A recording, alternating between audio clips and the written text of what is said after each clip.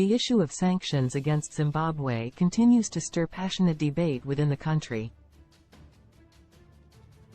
On Zimbabwe's Anti-Sanctions Day yesterday, the ruling ZANU-PF party led marches through the capital Harare calling for an end to restrictive measures imposed by Western nations over 2 decades ago. However, the opposition CCC party dismissed the day's focus on sanctions, instead using social media to highlight the negative effects of corruption within government.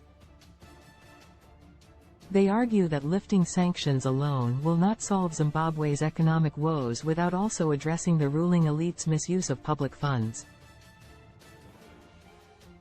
Vice President Constantino Chiwenga told demonstrators in Harare's Unity Square that sanctions have cost Zimbabwe over $150 billion USD in lost GDP and foreign investment since 2000.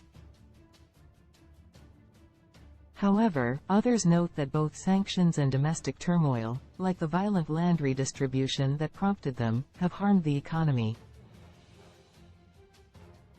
While government officials see sanctions as an unfair attack on sovereignty, the CCC and others claim more progress could have been made if not for alleged corruption siphoning funds.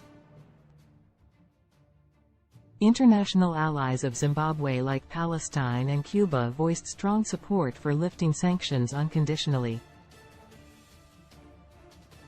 With citizens divided in their analysis of the complex issues facing Zimbabwe, the debate over how best to improve living standards and foreign relations will likely continue amid these competing narratives around sanctions and governance.